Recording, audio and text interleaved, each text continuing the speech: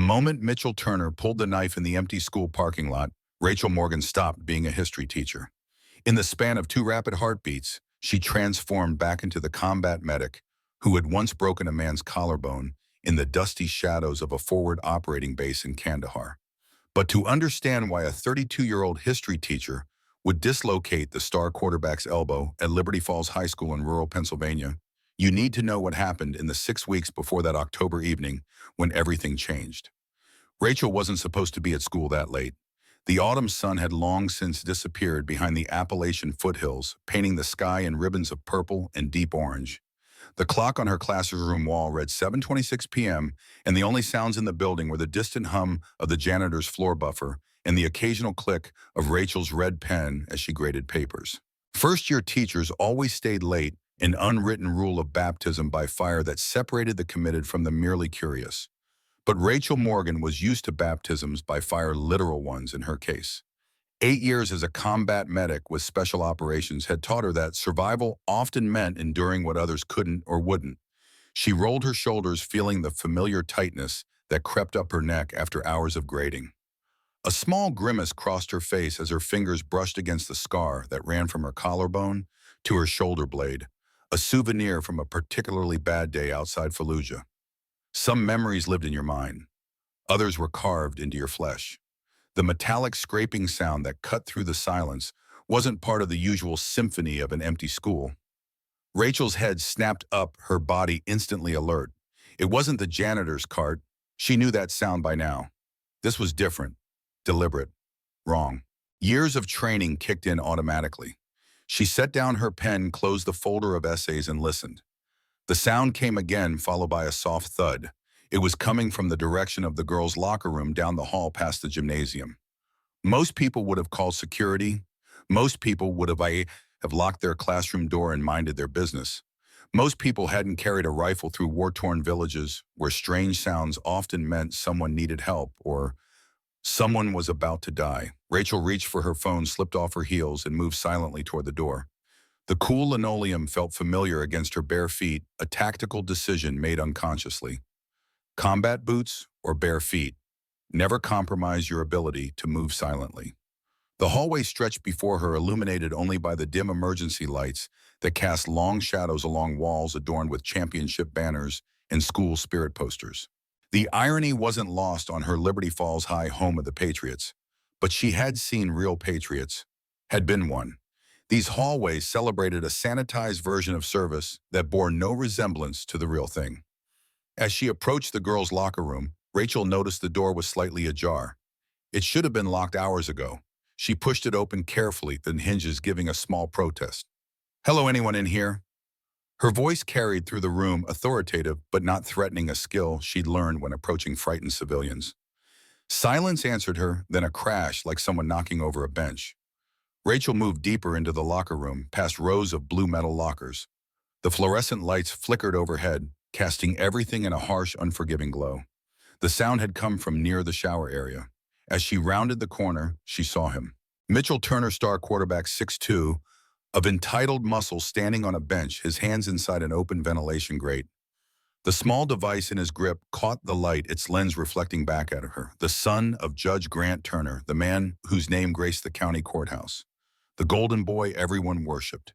The future that the town had already written in bold, unquestioning letters. When Mitchell saw Rachel, his face went white, then red. "Coach Hoffman asked me to check the ventilation." He blurted the lie, falling clumsily from his lips. But Rachel's eyes had already found what he was installing, a tiny camera no bigger than a button. Her stomach turned cold with recognition. She'd seen similar devices in war zones used for far different but equally violating purposes. "Get down from there, Mitchell." Her voice was calm, steady, the same voice she had used with panicked soldiers holding their own intestines in place. For a moment it seemed like he might argue or run. Instead, he climbed down slowly, the camera still in his hand. 18 years old, built like a Greek god, reduced to a frightened boy in seconds. "It's not what it looks like," he said, his voice cracking slightly. "It's exactly what it looks like." Rachel held out her hand. "Give me the camera." "You don't understand." "I understand perfectly." She kept her hand extended. "How many others are there?" Mitchell's jaw tightened. Rachel watched something flash in his eyes, not shame but calculation. He was weighing his options, the judge's son, the town hero against the new teacher, with the strange background that made some of the staff uncomfortable. Then surprisingly, his shoulders sagged. "This is the only one, I swear." "Why?" Rachel asked simply. And that's when Mitchell Turner, the untouchable golden boy of Liberty Falls High, started to cry. Not fake tears, but real ugly snot-running tears. He sank onto the bench, the camera falling from his hand. Rachel picked it up, examining it. Definitely a recording device. High-end, expensive. "My mom left," Mitchell choked out. "Last year. Found out Dad was," he paused, "was with a lot of women, and she just left. Didn't even fight for custody." Rachel sat down on the bench across from him, keeping a careful distance.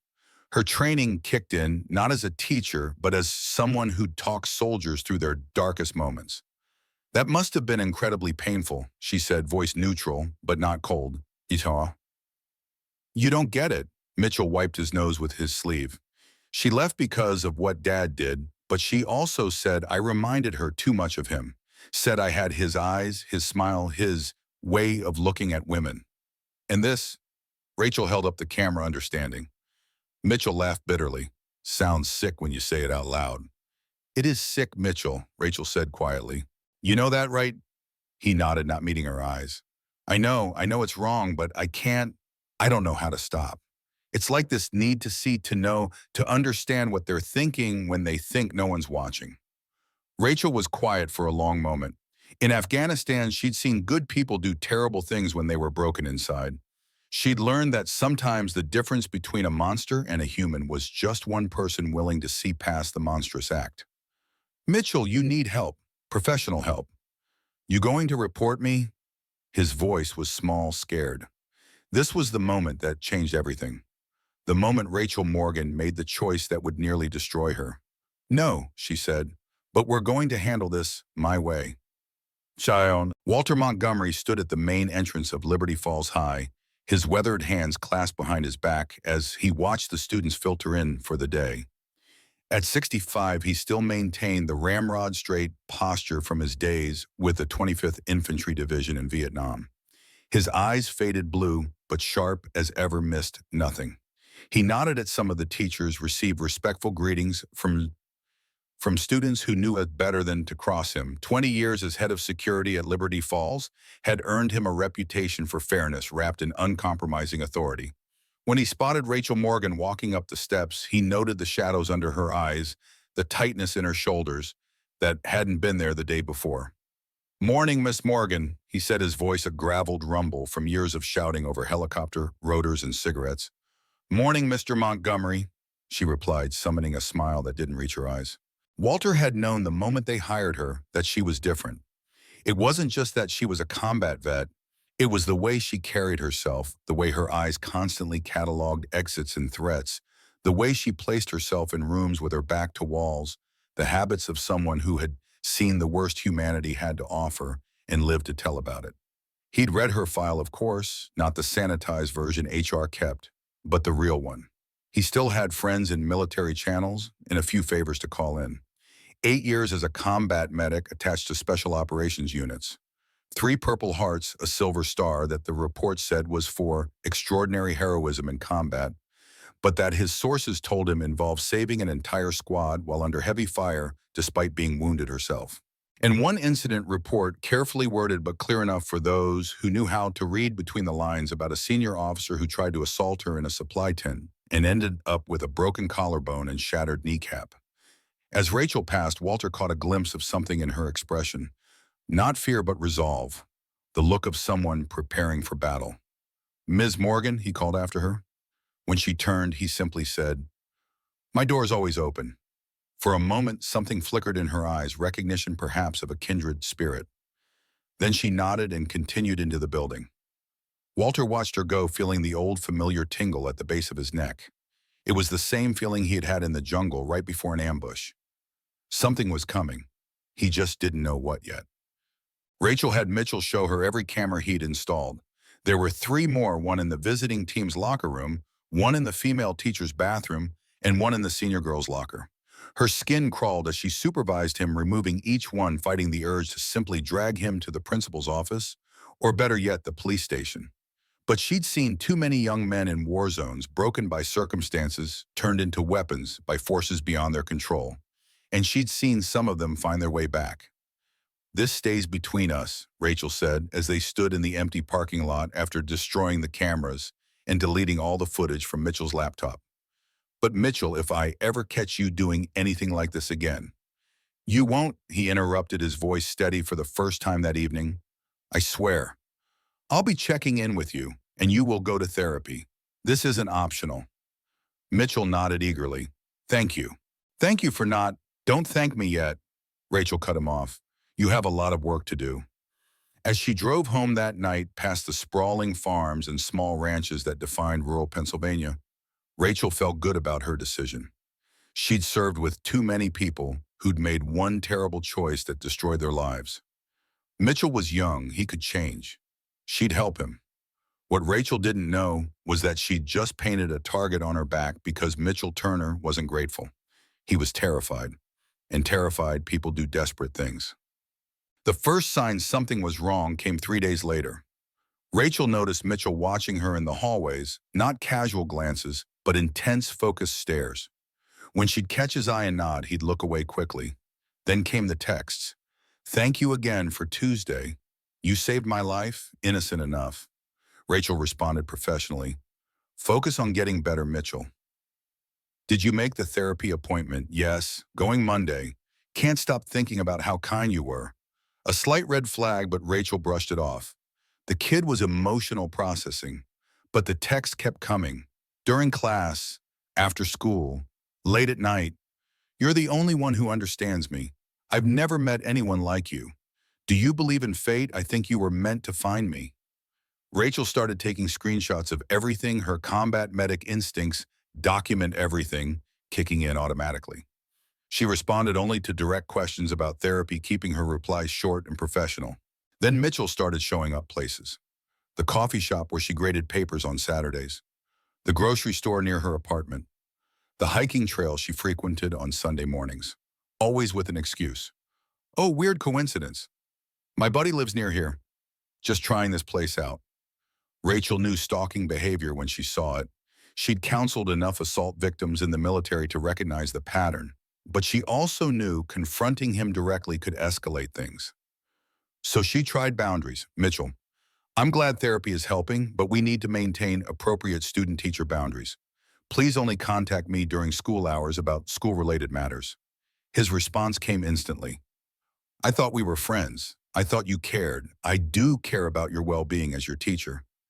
That's why I'm encouraging these boundaries." The next day at school, Rachel noticed whispers following her down the hall. Students looking at her differently, snickering. By lunch, she knew why. "Morgan's been texting Mitchell Turner. I heard she asked him to meet her after school. My friend saw them together at Starbucks."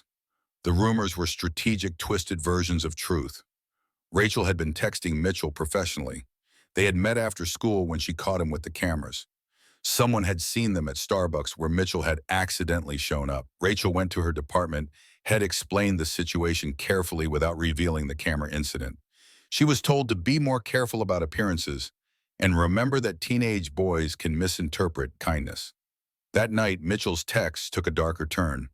"Why are you trying to get me in trouble? I thought you were different from other women. You're just like my mom. Just like all of them." Rachel didn't respond, but she did start parking in a different lot and varying her routes home. Frank Donovan had been teaching mathematics at Liberty Falls for 30 years. At 68, with a wild mane of white hair and perpetually ink-stained fingers, he was an institution unto himself. Students feared his exacting standards but revered his fairness and dedication. He'd watched generations of teachers come and go, had seen every type of school drama unfold. But something about the whispers surrounding Rachel Morgan bothered him deeply. Frank found her in the faculty lounge during lunch, sitting alone, focusing intently on her meal as conversations happened around her, but not including her. "Mind if I join you?" he asked, already setting down his ancient metal lunchbox. Rachel looked up, a flicker of surprise crossing her face. "Of course not, Mr. Donovan." "Frank, please."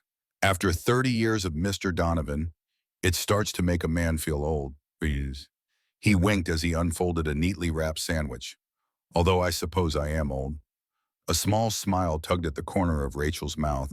So, Frank said casually, I couldn't help but notice you've become the subject of the Liberty Falls rumor mill.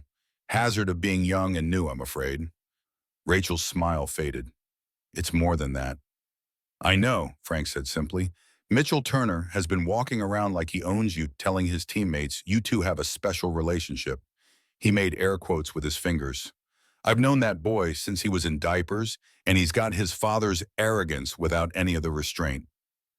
Rachel looked at him sharply. You know Judge Turner? Frank snorted. Grant Turner was one of my students back when dinosaurs roamed the earth. Brilliant mind, terrible character. Some things never change. He took a bite of his sandwich, chewed thoughtfully. The apple doesn't fall far from the tree, as they say. What exactly are you telling me, Frank? The old teacher leaned forward slightly. I'm telling you to watch your back. The Turners don't lose gracefully, and they play dirty. Whatever's going on with Mitchell, and I suspect it's more than you're letting on, don't face it alone. I can handle myself, Rachel said, a hint of steel in her voice. I'm sure you can, Frank replied, his eyes kind but knowing. But even the strongest soldier needs allies. Yeah. The next week, Mitchell upped his game. He started visiting Rachel's classroom during her free period, always with other students around, always maintaining plausible deniability. Ms. Morgan, I'm struggling with the essay assignment. Ms. Morgan, can you recommend any books about redemption? Ms. Morgan, do you believe people can really change? That last one, asked in front of 3 other students, was loaded with meaning only Rachel could understand. She saw the threat in his eyes. Talk, and I'll tell everyone you've been meeting with me privately that you've been texting me. Who will they believe? Rachel felt the walls closing in. This was the game predators played, twist reality until their target looked like the aggressor. She'd seen it in the military. Good soldiers, usually women, destroyed by whisper campaigns and manufactured evidence. But Rachel Morgan wasn't just any target. She'd survived things that would break most people. She'd held soldiers' intestines in place while under mortar fire. She'd fought off a sexual assault in a forward operating base and broken her attacker's collarbone. She'd learned that sometimes the only way to stop a predator was to become something scarier than they were. So she started recording too. Every interaction, every conversation, her phone was always ready, always capturing. If Mitchell wanted to play games with evidence, she'd make sure she had more ammunition than he did. 2 weeks before the incident at the lockers, Rachel was grading papers in her classroom when there was a knock at her door. She looked up to see a man she recognized immediately from his pictures in the local papers and the framed photographs in the school's Hall of Fame. Judge Grant Turner stood in her doorway, impeccably dressed in a tailored suit that probably cost more than 2 months of her salary. At 53, he still maintained the physique of the college football star he'd once been. His salt and pepper hair, expertly styled, his smile practiced and perfect.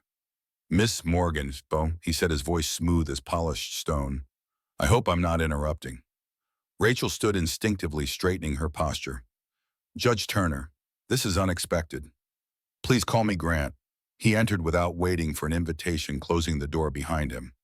Rachel felt her combat instincts flare. Never let someone close the only exit. I was in the neighborhood for a school board meeting and thought I'd drop by to meet my son's favorite new teacher. The way he said favorite made Rachel's skin crawl. Mitchell has mentioned me, she asked, keeping her voice neutral. Turner smiled, but it didn't reach his eyes. He says you two have developed quite a rapport. Rachel held his gaze steadily. I try to connect with all my students, Judge Turner. Grant, he corrected, again moving closer. Mitchell tells me you were in the military before teaching. Special operations. His eyes flicked to the small American flag pin on her lapel. Impressive. I've always had tremendous respect for our armed forces. Thank you for your support, Rachel replied, the stock phrase automatic. I understand you've been helping Mitchell with some personal matters. Turner's gaze sharpened, probing. He's at a difficult age. His mother leaving hit him hard.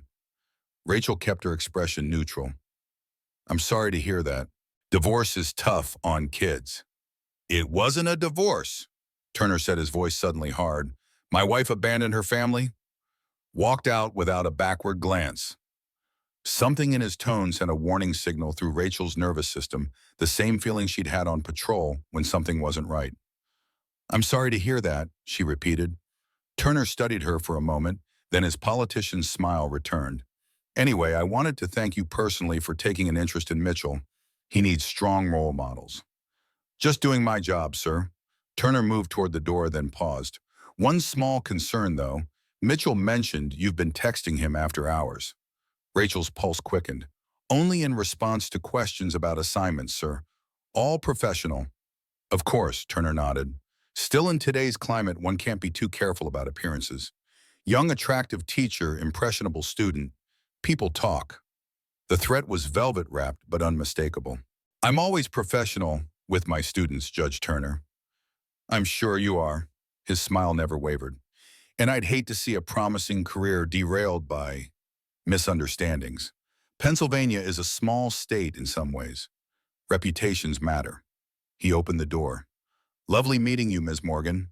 I'm sure we'll be seeing more of each other."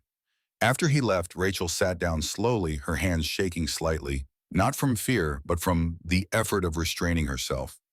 In that moment, she'd wanted nothing more than to wipe the smug smile off Grant Turner's face. Instead, she checked her phone, made sure the recording was saved, and sent a copy to her personal email. The pieces were starting to come together, and the picture they formed was ugly. Things escalated dramatically. Rachel found her classroom door lock jammed with gum. Security cameras near her parking spot conveniently malfunctioned the day her tires were slashed. A fake dating profile with her photos circulated among the senior boys. Each incident was minor enough to be dismissed as bad luck or student pranks, but together they formed a pattern of escalating harassment. Rachel documented everything, reported each incident to school security and to Principal Reynolds. But without proof linking Mitchell or his friends to the incidents, there was little anyone could do. Then came the day that changed everything. Rachel was leaving school late, the autumn sun already setting behind the hills, painting the sky in deep oranges and purples. The parking lot was nearly empty, just a few cars belonging to coaches and the janitorial staff. As she approached her car, she noticed Mitchell leaning against it, flanked by three of his teammates, Marcus Webb, Connor Bradley, and Tyler Ramirez, all seniors, all over 6 tall, Saab blocking her only way out. Rachel felt her combat training kick in automatically. She assessed distances, angles, potential weapons, the heavy history textbooks in her bag, her keys between her fingers, the tactical pen in her pocket that could break glass or bone. "Gentlemen," she said calmly, stopping a safe distance away, "can I help you with something?" "Ms. Morgan," Mitchell's voice was confident, cocky. "We were just waiting to talk to you." "About what?" Rachel kept her tone professional, even as she shifted her weight slightly, preparing for whatever might come. "About how you've been spreading lies about me." Mitchell's smile faded. "About how you've been trying to get me in trouble." "I haven't spread anything, Mitchell." "But you're thinking about it." He stepped closer. "And that's a problem. I need to leave now." "Not yet." Mitchell moved to block her path to her car. "See, we need to clear some things up about these misunderstandings between us." Rachel's back was to the empty parking lot. They had formed a semicircle, boxing her in. Her mind cataloged exit strategies, vulnerable points, weak spots in their formation. "Mitchell, you're making a mistake," she said quietly. "No, you made the mistake when you tried to act like you were better than everyone else." He reached out, fingers brushing her sleeve. "Always trying to be the savior." Rachel didn't answer her, muscles coiled ready. "Here's what's going to happen." Mitchell continued, his voice dropping. "You're going to stop reporting me. Stop watching me. Stop trying to control me, or things are going to get very uncomfortable for you." "Are you threatening me?" Rachel asked, her voice steady. "Threatening, no." Mitchell laughed and his friends joined in. "Just explaining how things work at Liberty Falls. You see, my dad—" "I've met your father," Rachel interrupted. "The resemblance is striking." Something dark flashed in Mitchell's eyes. "Funny, my mom used to say the same thing right before she left." "Maybe she had her reasons," Rachel said, immediately regretting the words. Mitchell's face contorted with sudden rage. He lunged forward, grabbing Rachel's arm. "You don't know anything about my mother." Rachel twisted out of his grip with practiced ease, creating distance between them. "Don't touch me again." The other boys shifted, suddenly uncertain. This wasn't going according to whatever plan they had had. "Mitchell, man, let's go," Marcus muttered. "This isn't worth it." But Mitchell wasn't listening. His face was flushed, his breathing heavy. "You think you're so special because you were in the army or whatever. You're just another bitch who thinks she can tell men what to do." "We're done here," Rachel said firmly, moving to walk around them to her car. Mitchell blocked her path again. "We're done when I say we're done." That's when Rachel saw the glint of metal in his hand, a small pocket knife blade extended. Not large enough to be truly threatening to someone with her training, but the implication was clear. "You need to put that away right now," Rachel said, her voice dropping to a register that made Marcus and Connor take an instinctive step back. But Mitchell was too far gone in his rage to recognize the danger he was in. "Or what? Oh, you'll report me. Who do you think they'll believe, the judge's son or the psycho teacher with violence in her record?" Rachel's eyes narrowed. "My record," Mitchell smiled, cruel and knowing. "Dad had you checked out. Found some interesting things about an incident in Afghanistan. Something about you attacking a superior officer." The memory flashed through Rachel's mind. The supply tent. The smell of dust and sweat. The hand over her mouth. The fight that followed. The official report that turned the victim into the aggressor. "Your father doesn't know what he's talking about," Rachel said, her voice deadly calm now. "Doesn't matter. Once he puts it out there, you'll be finished in this district. No one wants a teacher with issues." Mitchell stepped closer, the knife at his side. "Unless we can come to an understanding." "I understand perfectly," Rachel replied, her hands slipping into her pocket, fingers closing around her phone. "You're threatening a teacher with a weapon on school property. That's a felony, Mitchell." For a moment, doubt flickered across his face. Then his arrogance reasserted itself. "Your word against ours. 4 of us. 1 of you." Rachel pressed record on her phone, made sure the screen brightness was down so it wouldn't be visible in her pocket. "Last chance, Mitchell. Put the knife away and walk away." "Or what?" he sneered. "Or I'll take it from you," Rachel said simply. "And you won't like how I do it." Mitchell laughed, looking at his friends for backup. "Hear that guy's teacher thinks she's tough." Without warning, he lunged forward, the knife slashing toward Rachel's face in an amateur but dangerous arc. What happened next occurred so quickly that Marcus would later say it was like a blur. Rachel sidestepped the attack with practiced ease, her left hand catching Mitchell's wrist in a grip that made him gasp. Her right hand struck upward into his elbow joint, hyperextending it with a sickening pop. The knife clattered to the asphalt as Mitchell screamed, dropping to his knees. The other boys froze, stunned by the sudden reversal. "Holy shit," Connor whispered. Rachel maintained her hold on Mitchell's wrist, keeping pressure on the joint. "Tyler, pick up the knife and close it," she ordered, her voice calm but commanding. To her mild surprise, Tyler obeyed instantly, retrieving the knife with shaking hands. "Marcus, call 911. Tell them there's been an incident at Liberty Falls High School involving a student with a weapon and that Mrs. Morgan has subdued him." Marcus pulled out his phone, looking uncertainly between Rachel and Mitchell, who was still on his knees, whimpering in pain. "Now, Marcus," Rachel said sharply. As Marcus made the call, Rachel turned her attention to Mitchell. "I'm going to release you now. You're going to sit down on the ground and not move, understand?" Mitchell nodded, his face pale with shock and pain. Rachel released him carefully, stepping back but remaining alert. Mitchell cradled his arm against his chest, tears streaming down his face. "You broke my arm," he gasped. "I dislocated your elbow," Rachel corrected. "A simple reduction will fix it. Painful but no permanent damage." Her voice was clinical, detached, the same voice she'd used with wounded soldiers.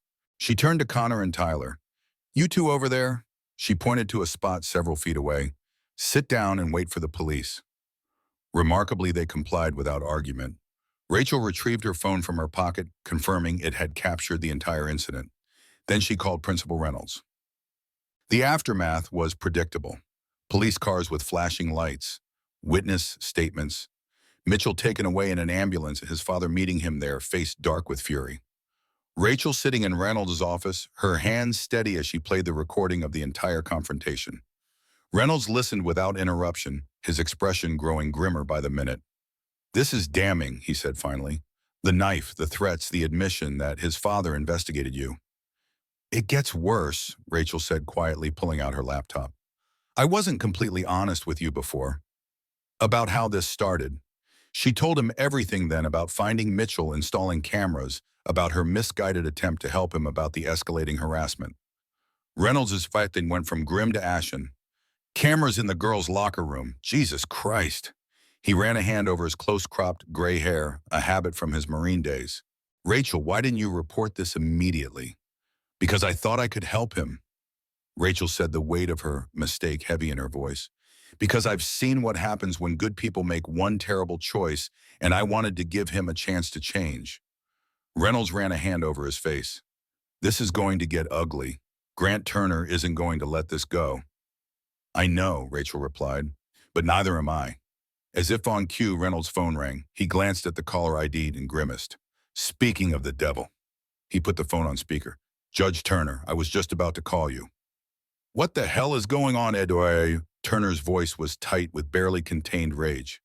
My son is in the emergency room with a dislocated elbow claiming one of your teachers attacked him. Your son pulled a knife on Ms. Morgan in the school parking lot, Grant, Reynolds replied calmly. We have it on video along with his threats against her. A moment of silence then. I want to see this alleged video. You'll get your chance during the disciplinary hearing and possibly in court if Ms. Morgan presses charges, which I strongly recommend she does.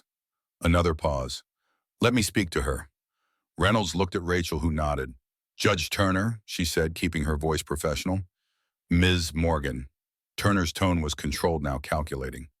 There seems to be a serious misunderstanding here. There's no misunderstanding. Your son threatened me with a knife, and I defended myself. Before that, he installed hidden cameras in the girls' locker room, which I discovered several weeks ago. A sharp intake of breath on the other end of the line.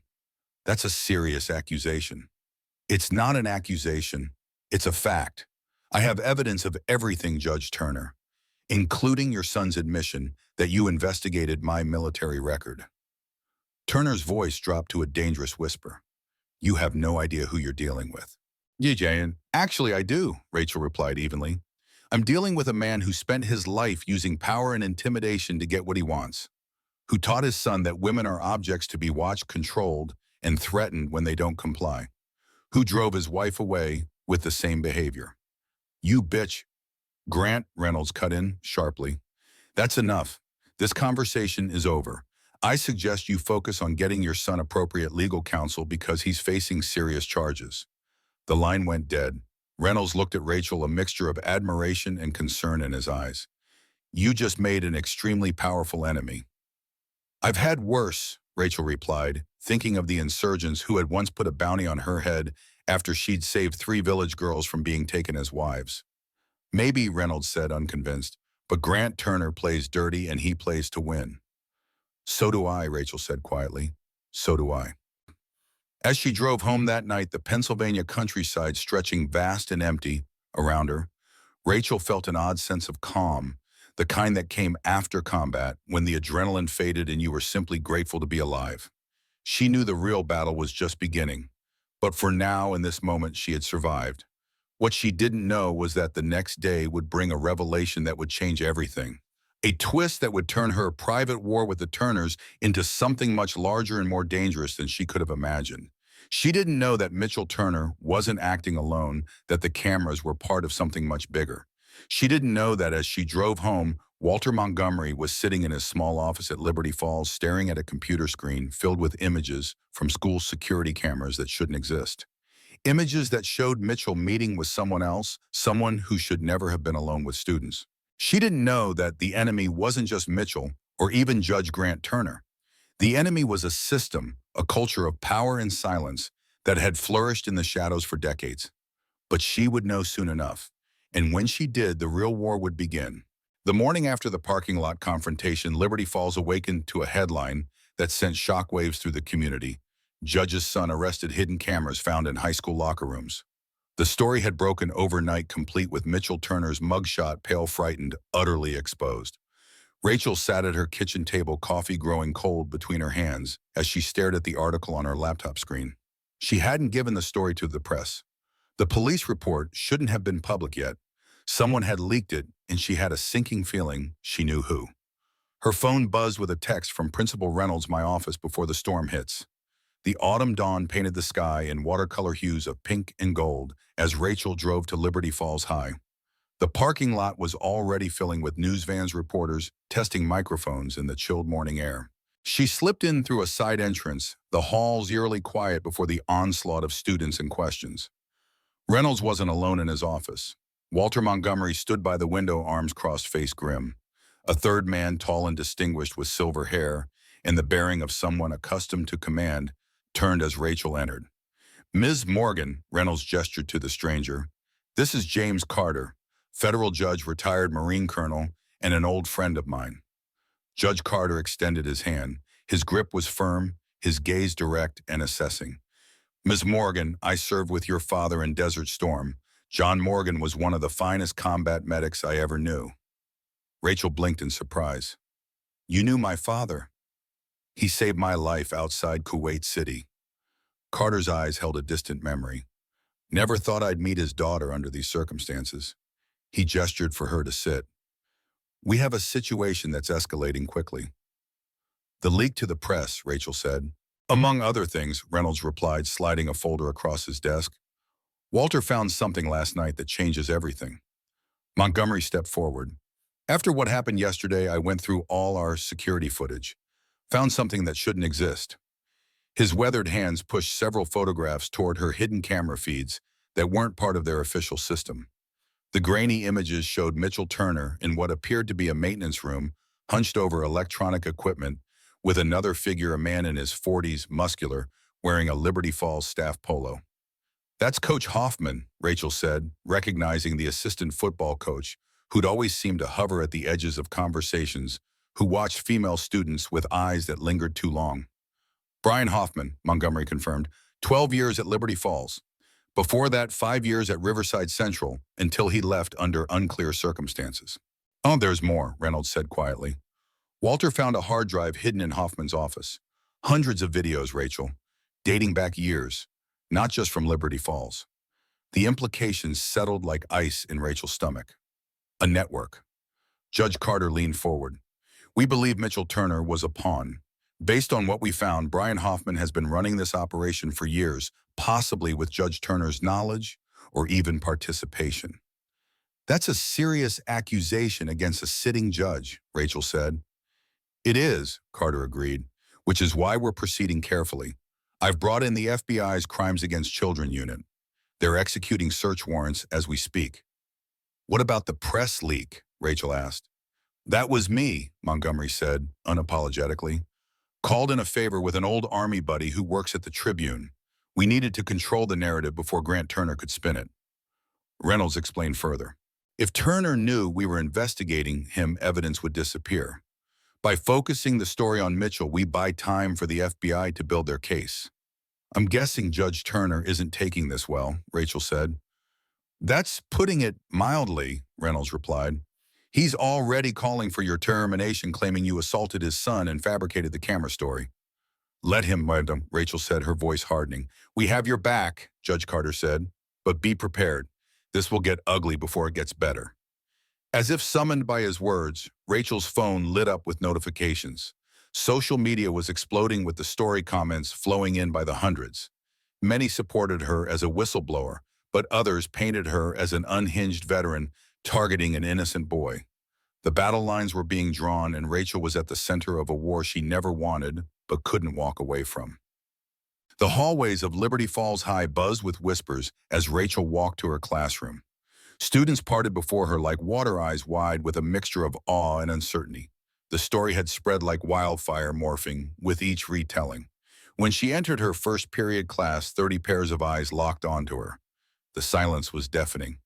"Ms. Morgan," a tentative voice broke the quiet. Sophia Martinez, a junior with quiet intelligence and watchful eyes. "Is it true you broke Mitchell Turner's arm when he attacked you?" Rachel set down her bag, considering her response carefully. "I defended myself when threatened. That's all I can say about an ongoing investigation." "But the cameras," another student began, "are part of that investigation." Rachel cut in firmly. "Now let's focus on today's lesson. The Cold War didn't pause for personal drama, and neither will this class." A few students smiled, relieved by the return to normalcy.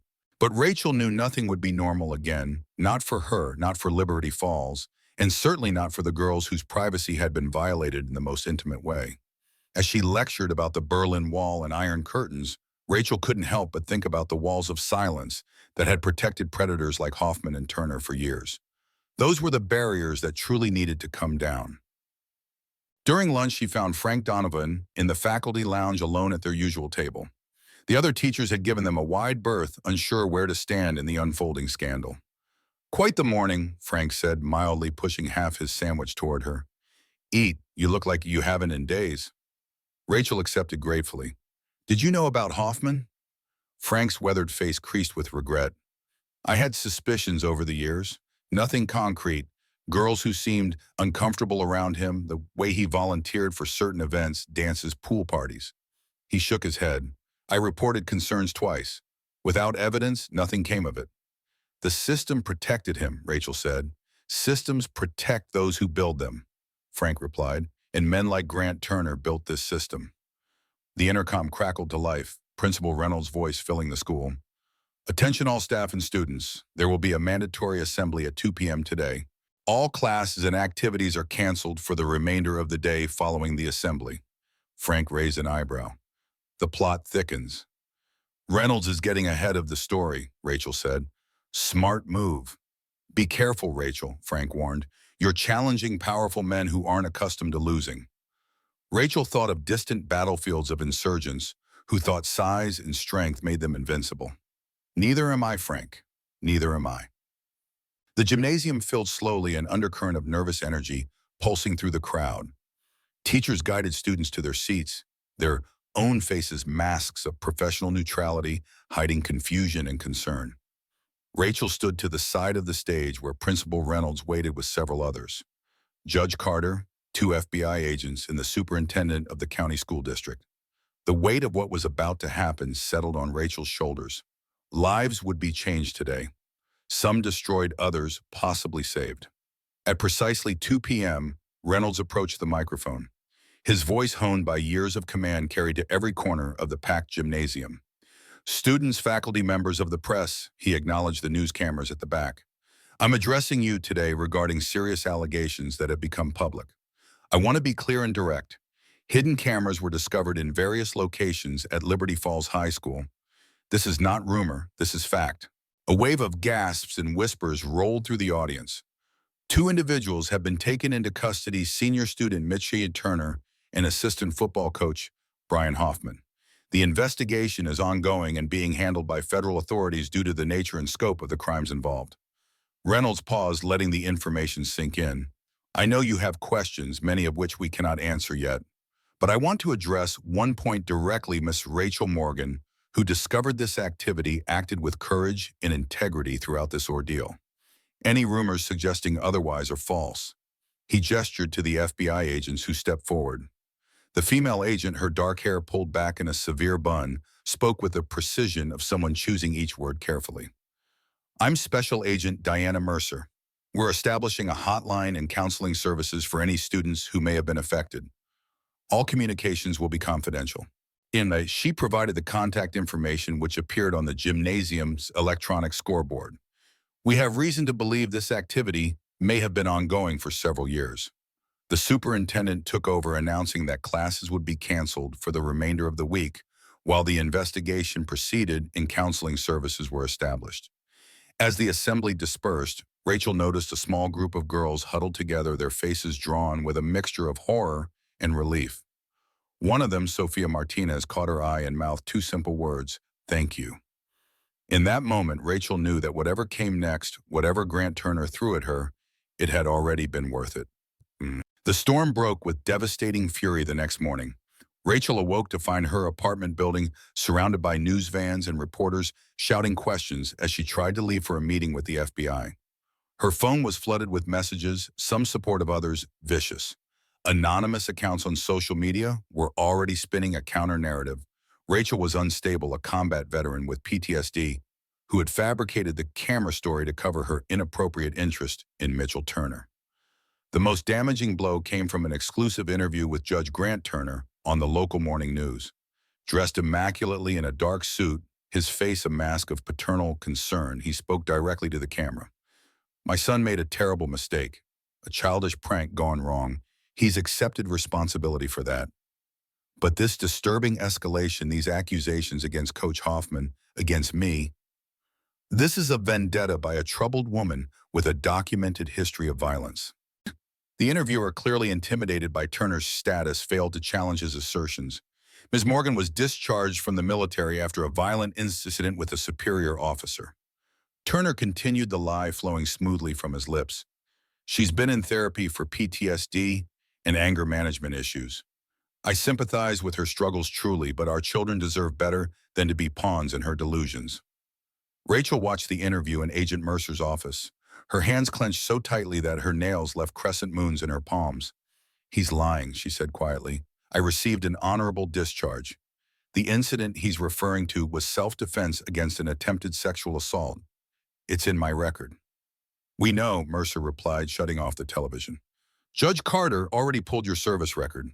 Turner is grasping at straws, trying to control the narrative. It's working, Rachel said, gesturing to her phone where social media was already amplifying Turner's version of events. People want to believe him. It's easier than accepting that a respected judge might be protecting predators. Let him talk, Mercer advised. Every statement he makes digs his hole deeper. We've got forensics teams going through the devices we seized. The evidence will speak for itself. But evidence took time, and Grant Turner had the power of immediate influence. By noon, a small but vocal group of protesters had gathered outside Liberty Falls High, carrying signs demanding Rachel's termination. Local talk radio buzzed with callers questioning her mental stability, her motives, her character. The support was there too, veterans groups rallying to her defense, female students organizing their own counter-protests, parents demanding answers about how the cameras had remained undiscovered for so long. But the damage was spreading, the doubt taking root. Rachel sat in her empty apartment that evening, the blinds drawn against the news van still parked outside, when her phone rang with an unknown number. Ms. Morgan? The voice was female cultured, with the slight strain of someone under immense stress. My name is Sarah Turner, Mitchell's mother. Rachel's breath caught. Mrs. Turner, please call me Sarah. A pause, the sound of a deep breath. I saw the news. I need to meet with you. I'm not sure that's a good idea, Rachel replied cautiously. I have information, Sarah Turner said, her voice dropping to almost a whisper. About Grant, about the cameras. Things that might help your case. Why come forward now? Because I should have done it years ago, Sarah answered, regret heavy in her voice. I left my son in that house because I was afraid. Because Grant convinced me no one would believe me over him. I won't make that mistake again. They arranged to meet at a small coffee shop in Altoona, away from the media circus. As Rachel hung up, she felt the first glimmer of what might be a turning point. If Sarah Turner was willing to testify against her ex-husband, the carefully constructed image Grant had built might finally begin to crumble. Sarah Turner was not what Rachel had expected. From Mitchell's descriptions and the society page photos Rachel had found online, she had imagined a polished socialite. The woman who sat across from her in the back corner of the coffee shop was thin to the point of fragility, her blonde hair cut short in a practical style, her clothes expensive but subdued. Only her eyes, sharp, intelligent, and haunted, hinted at the strength it had taken to walk away from Grant Turner's world. Thank you for meeting me, Sarah said, her hands wrapped around her untouched coffee mug. I've been following what's happening. What Grant is saying about you. It's not the first time I've been called unstable, Rachel replied. Probably won't be the last. A ghost of a smile touched Sarah's lips. His favorite tactic. When I finally confronted him about the affairs, the videos I found on his computer, he convinced half of Liberty Falls I was having a nervous breakdown. Videos, Rachel leaned forward slightly. Sarah's gaze dropped to her coffee. Grant has specific interests, voyeuristic tendencies. I found videos on his laptop years ago, women who didn't know they were being recorded. When I confronted him, he said I was overreacting, that it was nothing. Her voice hardened. He made me feel crazy for caring. And Mitchell, I started noticing changes in him about 3 years ago. The way he looked at girls, the same entitled attitude Grant has. When I found similar videos on Mitchell's computer, I knew. She took a shaky breath. I knew I'd failed him, that I hadn't protected him from becoming his father. So you left, Rachel said, understanding dawning. Sarah nodded. I tried to take Mitchell with me. Grant threatened to destroy me in court, to use my mental health issues to take everything. I believed him. Her eyes met Rachel's, filled with regret. I should have fought harder. Why come forward now? Because when I saw your face on the news, the way Grant was trying to discredit you, it was like looking in a mirror. Sarah reached into her purse, removing a small flash drive. I kept copies of everything. The videos I found on Grant's computer, emails between him and Brian Hoffman dating back 5 years, financial records showing payments to families who might have complained. Rachel stared at the flash drive, recognizing it for what it was, a bombshell that could bring down not just Grant Turner, but potentially a network that reached into the highest levels of Liberty Falls society. Have you shown this to the FBI? Rachel asked. Not yet. I needed to be sure. Sarah hesitated. I needed to be sure you were really trying to help Mitchell. That this wasn't about revenge or publicity. It's about doing what's right, Rachel said simply. Something I learned from my father and from the military. You see something wrong, you don't look away. Sarah nodded, seeming to come to a decision. I'll testify about everything, the videos, the cover-ups, the threats, whatever it takes to stop this. As they parted, Sarah gripped Rachel's hand with surprising strength. Be careful. Grant won't go down without a fight, and he fights dirty. So I've heard, Rachel replied, but he's never fought someone like me. The evidence Sarah Turner provided blew the case wide open. FBI forensics confirmed the authenticity of the emails and financial records, establishing a clear pattern of cover-ups and intimidation stretching back nearly a decade. Grant Turner was brought in for questioning, emerging from FBI headquarters ashen-faced, but still projecting defiance to the waiting cameras. These allegations are absurd, he declared. A conspiracy by my mentally unstable ex-wife and a teacher with a personal vendetta. But the cracks in his facade were beginning to show. Longtime supporters suddenly became unavailable for comment. Political allies distanced themselves. The governor announced a thorough review of all cases over which Turner had presided. Mitchell, released on bail and confined to home monitoring, had stopped attending school. Rumors circulated that he was cooperating with investigators, potentially turning on his father in exchange for leniency. For Rachel, the vindication came at a steep personal cost. Death threats arrived daily. Her apartment had been vandalized twice, forcing her to move in temporarily with Frank Donovan and his wife. Online, she was either a hero or a villain, with precious little middle ground. Liberty Falls High remained closed for 2 weeks while the investigation continued. When it finally reopened with heightened security and strict new protocols, Rachel returned to find her classroom transformed. Students had covered her door with notes of support and gratitude. On her desk sat a simple card signed by dozens of female students. Thank you for seeing us. Thank you for fighting for us. Principal Reynolds had instituted mandatory assemblies addressing privacy, consent, and respect topics that had been woefully neglected in the school's curriculum. Walter Montgomery had been tasked with completely overhauling the school's security systems, ensuring nothing like this could happen again. Yet beneath the surface reforms, Rachel sensed the deeper resistance. The same culture that had protected Turner and Hoffman for years wasn't going to change overnight. The school board meetings were tense, with some parents demanding a return to normal rather than continuing to dwell on unpleasantness. The most revealing moment came 3 weeks after the scandal broke. Rachel was grading papers in her classroom when Reynolds appeared at her door, his face grave. We have a situation, he said without preamble. 5 senior boys have come forward claiming you have made them uncomfortable with unwanted attention.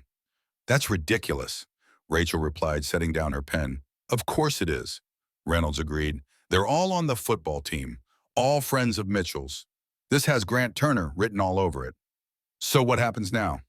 Standard procedure, investigation, interviews, temporary administrative leave while it's sorted out. Reynolds looked genuinely regretful. I fought it, but the board insists we follow protocol. He's trying to discredit me before Sarah's testimony becomes public, Rachel realized. Likely, Reynolds nodded. The timing is suspicious, to say the least. Rachel gathered her things, a cold anger settling in her chest. He thinks this will make me back down. Will it? Reynolds asked, though his eyes suggested he already knew the answer. Not a chance in hell, Rachel replied. The administrative leave stretched into its second week. The investigation into the boys' claims moved at a glacial pace, despite clear evidence of coordination and coaching in their nearly identical statements. Rachel used the time to work with the FBI, meticulously documenting her interactions with Mitchell from the first discovery of the cameras. Agent Mercer had become something of an ally, impressed by Rachel's methodical approach and unflappable demeanor under pressure. Most civilians would have cracked by now, Mercer commented one afternoon as they reviewed Rachel's text message records. I'm not most civilians, Rachel replied. Clearly. Mercer studied her for a moment. My brother was a ranger, 3 tours in Afghanistan. He said the women who served in combat zones had to be twice as tough as the men just to be taken half as seriously. Your brother's a smart man. Was, Mercer corrected quietly. IED 2018. Rachel met her eyes, recognizing the grief there. I'm sorry. Mercer nodded, turning back to the documents. This is personal for me too, you know. Not just another case. These kinds of predators, men who use power to victimize and then silence, they're the reason I joined the Bureau. A knock at the conference room door interrupted them. Judge Carter entered, his expression unreadable. We have a problem, he said without preamble. Judge Turner has called in favors. The U.S. Attorney's Office is considering dropping the federal charges, citing insufficient evidence and jurisdictional concerns. That's impossible, Mercer protested. We have the emails, the financial records, victim statements, and a federal judge with connections throughout the justice system, Carter finished grimly. He's applying pressure everywhere he can reach. Rachel felt a familiar sensation, the calm that came in combat when odds turned against you, when survival depended not on panic but on clear, decisive action. Then we need to take this out of the justice system, she said. Make it too public, too explosive to bury. What are you suggesting? Carter asked. Sarah Turner hasn't gone public yet. Her testimony, her evidence, it's all been behind closed doors in depositions and FBI interviews. You want her to go to the media, Mercer realized. Not just the media, Rachel said. A public forum where Grant can't control the narrative, where he has to face his accusers directly. Carter considered this. The school board is holding a special session tomorrow night to address the ongoing situation at Liberty Falls. It's open to the public. Media will be present. Perfect, Rachel said. Sarah can present her evidence there. Force the issue into the open where Grant can't hide behind legal maneuvering. It's risky, Mercer cautioned. If Turner gets wind of it, he'll try to stop it. Which is why we don't tell anyone outside this room, Rachel acknowledged. As they formed their plan, Rachel felt the weight of the past weeks. The threats, the lies, the constant battle against a system designed to protect men like Grant Turner begin to shift slightly, not lifting but redistributing itself into something she could carry forward into the fight ahead. The school board meeting was standing room only. Local news cameras lined the back wall. Parents, teachers, and students packed the chairs, while a crowd gathered outside, unable to fit in the overflowing auditorium. Rachel sat in the front row beside Frank Donovan, both still officially on administrative leave, but permitted to attend as members of the public. Behind them, Walter Montgomery kept a watchful eye on the entrance, alert for any sign of trouble. Grant Turner sat on the opposite side, surrounded by supporters, business leaders, political allies, parents who believed or pretended to believe his version of events. He looked confident, immaculate in a tailored suit, occasionally leaning over to whisper to his attorney. The school board president, a nervous man named Harold Winters, who had always deferred to Turner's influence, called the meeting to order with visible reluctance. We're here to address the ongoing situation at Liberty Falls High School and to determine appropriate next steps. He began, his voice barely carrying despite the microphone. Judge Turner has requested time to address recent developments. Rachel caught Reynolds' eye from where he sat with the administrative staff. He gave a barely perceptible nod. Everything was proceeding as they had anticipated. Grant Turner approached the podium with the confident stride of a man accustomed to commanding rooms. His voice, deep and practiced, carried without effort. Members of the board concerned, parents, members of the media. He acknowledged each group with a slight nod. I come before you tonight not as a judge, but as a father whose son has been caught in a web of exaggeration, speculation, and outright fabrication. He proceeded to deliver a masterful performance, expressing appropriate regret for his son's momentary lapse in judgment, while systematically undermining the broader accusations. He painted Mitchell as a troubled teen who'd made one mistake with a single camera, expanded into an elaborate conspiracy theory by an unstable teacher. Miss Morgan's military record, which I have been reluctant to discuss out of respect for her privacy, includes concerning incidents of violent behavior. Turner claimed the lie smooth and practiced. Her subsequent fixation on my son, evidenced by text messages in meetings outside school hours, suggests a pattern that raises serious questions about her fitness as an educator. Rachel remained perfectly still, her face a neutral mask that revealed nothing of the rage building inside her. This was Turner's playbook. Twist facts plant seeds of doubt, create a narrative so compelling that people would choose it over the messier, more disturbing truth. When Turner finished to murmurs of support from his faction, Winters looked relieved, clearly hoping to move quickly past any real examination of the evidence. "Thank you, Judge Turner. Now, if there are no other speakers, I'd like to address the board," a clear female voice called from the back of the room. Every head turned as Sarah Turner walked down the center aisle, her spine straight, her gaze fixed on her ex-husband's suddenly pale face. "Sarah," Grant's voice held a warning. "This isn't the place." "This is exactly the place, Grant," she replied, her voice carrying without the need for amplification. "I've been silent too long." The room had gone completely still, the collective intake of breath creating a vacuum of anticipation. Sarah reached the podium, placing a laptop and several folders before her. "My name is Sarah Turner. Until 2 years ago, I was married to Grant Turner. I left because I discovered evidence of a pattern of behavior that I could no longer ignore or excuse." She opened the laptop, connecting it to the projection system. "What I'm about to show you are emails between my ex-husband and Brian Hoffman discussing what they called their collection." Grant Turner surged to his feet.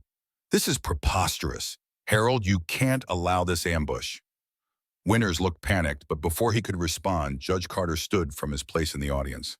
"As a federal judge myself, though retired, I can assure the board that preventing Mrs. Turner from speaking would constitute a violation of open meeting laws," Carter stated with calm authority. "I suggest you allow her to continue."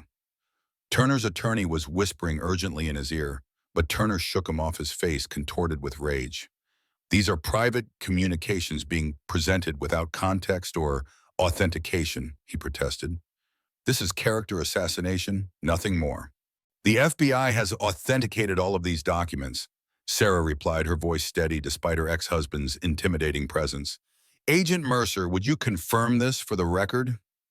Diana Mercer stood, her FBI credentials visible on her lapel. "All materials presented by Mrs. Turner have been authenticated by our forensic team. I can also confirm that these materials are central to an ongoing federal investigation." A murmur rippled through the crowd as the first email appeared on the projection screen, a message from Grant to Hoffman discussing camera placements and which girls should be prioritized based on physical attributes. "My God," someone whispered loudly enough to be heard throughout the suddenly silent room. Sarah continued methodically displaying evidence of payments to families who had raised concerns of Grant using his judicial influence to quash investigations of a network that extended beyond Liberty Falls to other schools in the district. With each new revelation, Grant Turner seemed to physically diminish his confident facade, crumbling in real time before the community he had manipulated for decades. When Sarah finished, the silence in the room was absolute. Then from the back, a girl stood up, a junior Rachel recognized as having been particularly targeted in the locker room videos. "I want to speak," she said, her voice trembling, but determined. One by one, others rose, students, former students, even a teacher who had left Liberty Falls years earlier after raising concerns about Hoffman. Each shared stories of discomfort, of being dismissed or silenced, of a culture that protected predators at the expense of victims. But the most stunning testimony came from an unexpected source. Frank Donovan rose slowly from his seat beside Rachel, his aged frame somehow taller and more imposing than she'd ever seen it. "My name is Frank Donovan," he began, his voice carrying the weight of his years. "I've taught at Liberty Falls for 30 years, and for 10 of those years, I've been collecting evidence of what Grant Turner and Brian Hoffman have been doing." A collective gasp swept through the room. Rachel stared at Frank in shock. 10 years ago, my daughter Catherine was a senior at Riverside Central, where Hoffman taught before coming here. She came to me terrified, telling me she'd found a camera in the girls' locker room. When she reported it to the administration, they dismissed her concerns, called her attention-seeking. Frank's voice grew harder. 3 weeks later, she was killed in what was ruled a car accident. The driver, a close friend of the Riverside principal, walked away with a suspended sentence courtesy of a young judge named Grant Turner. Rachel felt the blood drain from her face. This was why Frank had immediately allied himself with her. He'd been fighting this battle alone for a decade. I didn't have proof then, Frank continued, but I knew. So I watched. I documented. Every time a girl looked uncomfortable around Hoffman, every time a complaint was mysteriously dropped, every time Turner showed up at school events he had no reason to attend. He pulled an old leather journal from his jacket. It's all here. Dates times incidents. I reported my concerns through proper channels 7 times. Each time they were dismissed. Each time the person I reported to received an unexpected promotion or financial windfall shortly after. Frank turned to face Grant Turner directly. You thought no one was watching. You were wrong. Grant Turner and his supporters slipped out a side door as the testimonies continued, but the damage was done. The narrative had shifted irrevocably, the truth laid bare in a form he couldn't control. Outside news crews captured his hasty retreat to a waiting car, his face twisted in fury as he refused to answer questions shouted by reporters. Rachel remained in her seat, watching as the community she had fought for began the difficult process of reckoning with a betrayal that cut to the core of their most trusted institutions. Sarah found her as the meeting finally adjourned after nearly 4 hours of testimony. Thank you, she said simply, exhaustion and relief mingling in her voice. For believing me, for fighting when I couldn't. You fought today, Rachel replied. That took more courage than anything I did in combat. As they walked out together into the cool Pennsylvania night, cameras flashing around them, Rachel felt a shift in the weight she had carried since that first discovery in the locker room.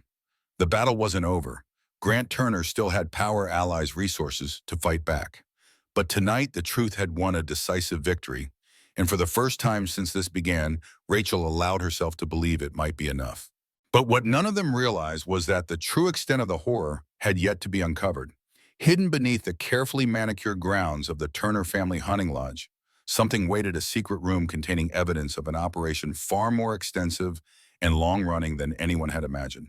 The next morning, as FBI agents executed a search warrant on Turner's properties, they would discover a bunker.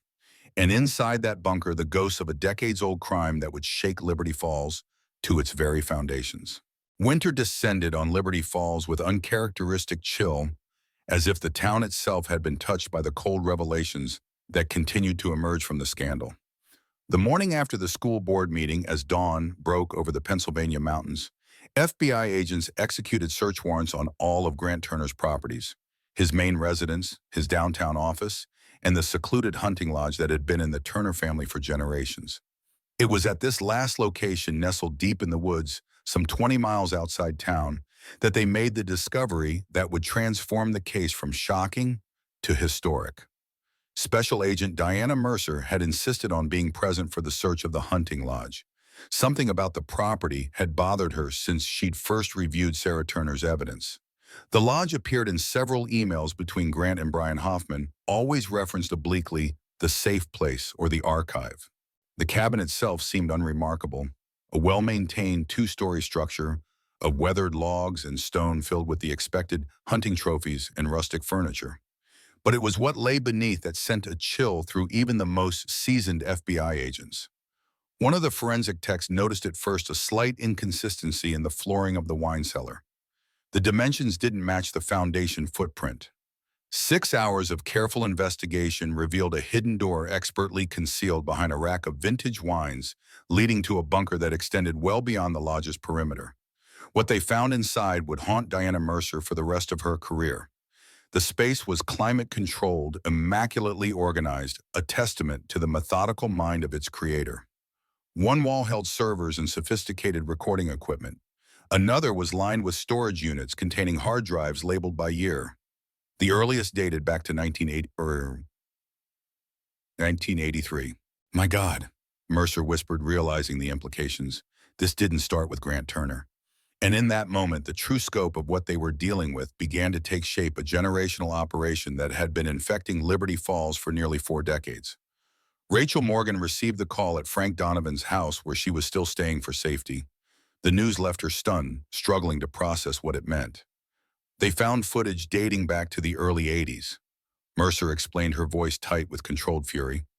Judge Walter Turner Sr., Grant's father, appears to have started the operation during his time as district attorney. When Grant took over as judge, he expanded it. 3 generations, Rachel said, quietly thinking of Mitchell. How many victims? We don't know yet. Hundreds, possibly thousands. The technical team says the storage system is one of the most sophisticated private setups they have ever seen. Rachel closed her eyes, feeling the weight of all those violated lives. What do you need from me? Come to the field office. We need to go through your timeline again, see how it connects to the broader picture. As Rachel hung up, Frank watched her from across his kitchen table, concern etched in the deep lines of his face. They found something big, he said. It wasn't a question. Rachel nodded. The Turner Hunting Lodge, hidden bunker. Recordings going back to 1983. Frank's face drained of color. Walter Turner Sr. You knew him. Everyone in Liberty Falls knew Walter Sr. Frank said, his voice hollow. Pillar of the community, founder of the annual charity hunt, biggest donor to the high school building fund. His hands trembled slightly as he reached for his coffee mug. Catherine would have been at Liberty Falls during his time as dome. The implication hung in the air between them, too painful to voice aloud. I need to go to the FBI field office, Rachel said gently. Will you be okay? Frank straightened his shoulders, the same steely resolve that had sustained him through 30 years of silent investigation returning to his eyes. I've lived with ghosts for a decade, Rachel. A few more hours won't break me. The Turner case, as it became known in national media, exploded into a scandal of unprecedented proportions. What had started as an investigation into hidden cameras at a high school was now revealing a multi-generational operation of voyeurism, blackmail, and cover-ups that reached into every corner of Liberty Falls and beyond. Grant Turner was denied bail, deemed both a flight risk and a danger to the community. Brian Hoffman agreed to cooperate in exchange for consideration during sentencing, providing detailed testimony about his 15-year involvement in the scheme. Mitchell Turner, still a minor, despite his 18 years, was remanded to juvenile detention while his case proceeded separately. But it was the historical scope of the evidence that truly shocked the nation.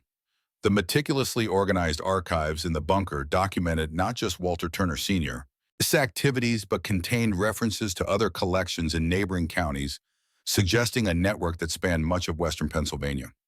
For Rachel, the vindication was complete, but brought little satisfaction. As she sifted through case files with Agent Mercer, identifying students from Liberty Falls who appeared in the most recent recordings, the weight of what had been happening for decades while an entire town looked away, felt almost unbearable. How does something like this go undetected for so long?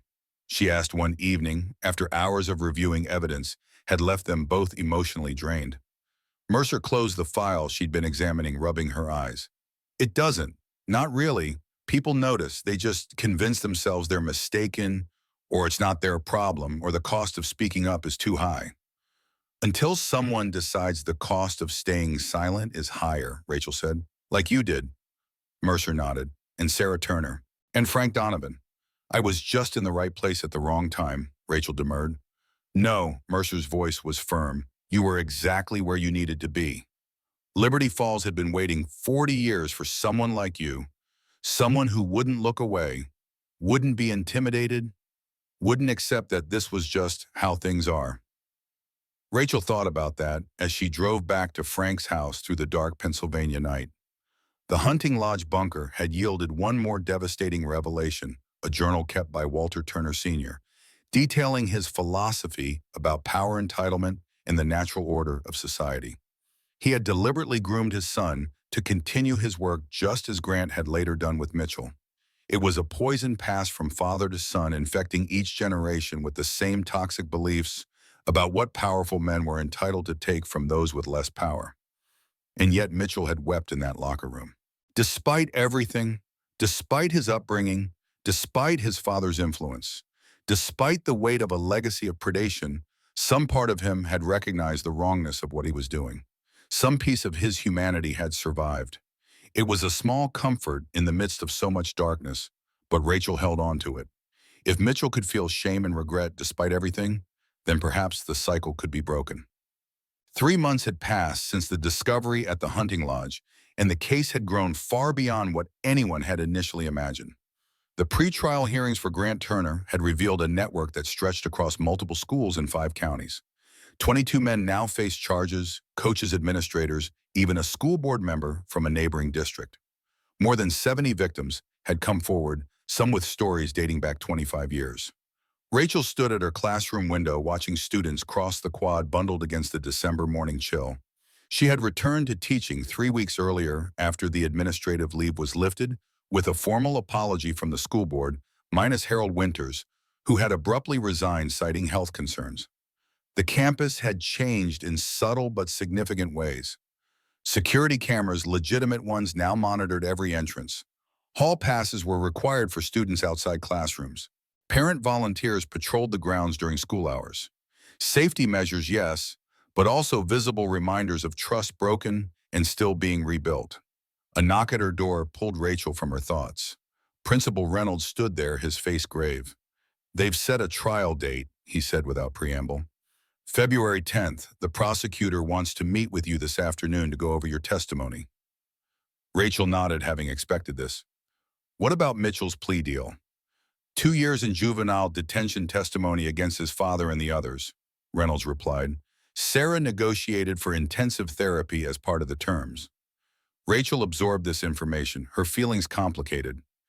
Mitchell was both victim and perpetrator, groomed by his father and Hoffman, yet responsible for his own actions and the harm he'd caused. "He sent you a letter," Reynolds added, holding out an envelope. "It's been screened by his lawyer and therapist." Rachel took it, recognizing Mitchell's handwriting on the front. "Thank you." "You don't have to read it," Reynolds said. "No one would blame you if you tossed it." "I'll read it," Rachel said. "Maybe not today, but I will." Reynolds nodded, understanding. "The prosecutor will be here at 4 Helburn. Use my office, more privacy than the conference room." After he left, Rachel slipped the letter into her desk drawer. Some bridges couldn't be crossed until you were ready for whatever waited on the other side. The Students Against Sexual Violence Club had quickly become one of the most active organizations at Liberty Falls. Under Sophia Martinez's leadership and Rachel's guidance, they had developed programs that other schools in the district were now adopting. Today, they were finalizing plans for a district-wide conference on consent and healthy relationships. The classroom buzzed with energy as students worked in groups, their faces animated with purpose. "Ms. Morgan," Sophia approached, clipboard in hand, "we need your help with something." She led Rachel to where a small group was working on the conference's agenda. "We want to include a panel on supporting survivors, and we were hoping—" She hesitated, "that you might share your story, about finding the camera standing up to Judge Turner, about what it cost you." Rachel felt a familiar tightness in her chest. She'd given official statements, testified in court proceedings, but had never publicly discussed the personal toll of those weeks. The death threats, the vandalism, the nightmares that had returned after years of hard-won peace. "It's okay if you don't want to," Sophia added quickly. "We just thought—" "I'll do it," Rachel said, surprising herself with the certainty in her voice. "They tried to silence us with fear. Sharing our stories is how we fight back." Sophia's smile was worth any discomfort the panel might bring. "That's what we're putting on the conference t-shirts. Silence is what they count on. Breaking that silence is how we win." Rachel recognized her own words spoken to a reporter months ago, now adopted it as a rallying cry by these remarkable young people. As the meeting wound down, Frank Donovan appeared at the classroom door, his weathered face unusually solemn. "Rachel, got a minute?" They walked together down the empty hallway. Frank's pace slower than usual, his breathing slightly labored. "Doctor says I need a triple bypass," he said without preamble. "Scheduled for next week." Rachel felt a cold spike of fear for this man who had become like a father to her. "Frank." He waved off her concern with a forced smile. "Routine procedure these days, but it means I'll miss the trial. I wanted to be there for you." "Your job is getting better," Rachel said firmly. "I've got plenty of support." Frank nodded, then pulled an envelope from his jacket pocket. "I wrote this for the prosecutor." My observations of Grant Turner over the years, things I noticed about Mitchell's behavior after his mother left patterns of behavior from Hoffman, might help establish the timeline. Rachel took the envelope, touched by his thoroughness even when facing his own health crisis. I'll make sure it gets to the right people. This case matters, Rachel, Frank said, his voice suddenly intense. Not just for the victims at Liberty Falls, but for all the places where silence protects the powerful at the expense of the vulnerable. I know, Rachel replied. That's why we'll win. Frank's smile was tired but genuine. You remind me of my daughter. Same steel in your spine. His eyes grew distant. She would have been about your age now. Rachel knew the story. Frank's daughter killed by a drunk driver who had escaped serious consequences thanks to connections with then-Judge Walter Turner Sr. It explained so much about Frank's immediate support, his understanding of the systems that protected men like Grant Turner. I'll be at the hospital, Rachel promised, before and after surgery. Bring decent coffee, Frank said, attempting levity. Hospital stuff tastes like transmission fluid. As they parted, Rachel felt the weight of all that was at stake, not just justice for the victims at Liberty Falls, but the chance to break a cycle that had destroyed lives across generations. The prosecutor, Mariana Vega, was a formidable woman in her 50s, with sharp eyes that missed nothing and a reputation for being meticulous to the point of obsession. Her case against Grant Turner had been built methodically, each charge supported by multiple sources of evidence. Judge Turner's team filed another motion to suppress Sarah's emails. Vega explained, arranging documents on Reynolds' desk. Judge Watkins denied it as expected. They're getting desperate. What's our biggest vulnerability? Rachel asked, thinking like the tactical planner her military training had made her. Vega appreciated the directness. You. They'll attack your credibility claim. You manipulated Mitchell, coached the victims, fabricated evidence. They'll bring up every moment from your military service they can twist to paint you as unstable or vindictive. They've been doing that for months, Rachel pointed out. It hasn't worked. A courtroom is different from the court of public opinion, Vega countered. Grant's attorney, Charles Denham, is a master at creating reasonable doubt. He'll try to make the jury see you as a woman with an agenda, not a whistleblower. Rachel absorbed this. How do we counter? By being exactly who you are, Vega said simply. Straightforward, precise, unshakable. Your military background is actually an asset in testimony. You report facts without embellishment or emotion. Juries respond to that authenticity. They spent the next 2 hours going through Rachel's expected testimony, with Vega playing the role of defense attorney, probing for weaknesses. Why didn't you report the cameras immediately upon discovery?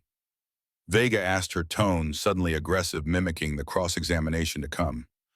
I believe Mitchell was a troubled teenager who could be rehabilitated, Rachel answered evenly. I made a judgment call based on my experience working with young people who had made serious mistakes but showed capacity for change. A judgment call that violated school policy and potentially endangered other students, Vega pressed. Yes, Rachel acknowledged. In hindsight, I should have reported it immediately. I was trying to help Mitchell, but in doing so, I may have enabled the larger network to continue operating. Vega nodded, satisfied with the honest response. Don't try to justify the decision. Acknowledge it was a mistake made with good intentions. Jurors can understand moral complexity if you don't insult their intelligence by denying it exists. By the time they finished, the winter sun had long since set the school empty, except for the security guard making his rounds. You're ready, Vega said, gathering her materials. Just remember, Turner will be in that courtroom, watching you, trying to intimidate you. Don't look at him. Speak to the jury, the judge, or me. I've faced worse than Grant Turner, Rachel said, thinking of distant firefights and desperate evacuations under mortar fire. I don't doubt it, Vega replied. That's why we're going to win. The night before Frank's surgery, Rachel finally opened Mitchell's letter. She sat at her kitchen table, a cup of tea growing cold beside her as she unfolded the single page of notebook paper. Ms. Morgan, I don't know if you'll read this. I wouldn't blame you if you threw it away, but I need to write it anyway. I'm sorry. Those words are completely inadequate, but they're true. I'm sorry for the cameras, for the harassment, for that day in the parking lot. I'm sorry I became the person my father wanted me to be instead of fighting to be something better. My therapist says I need to take full responsibility for my actions without excuses. So I am. What I did was wrong, violating, predatory, cruel.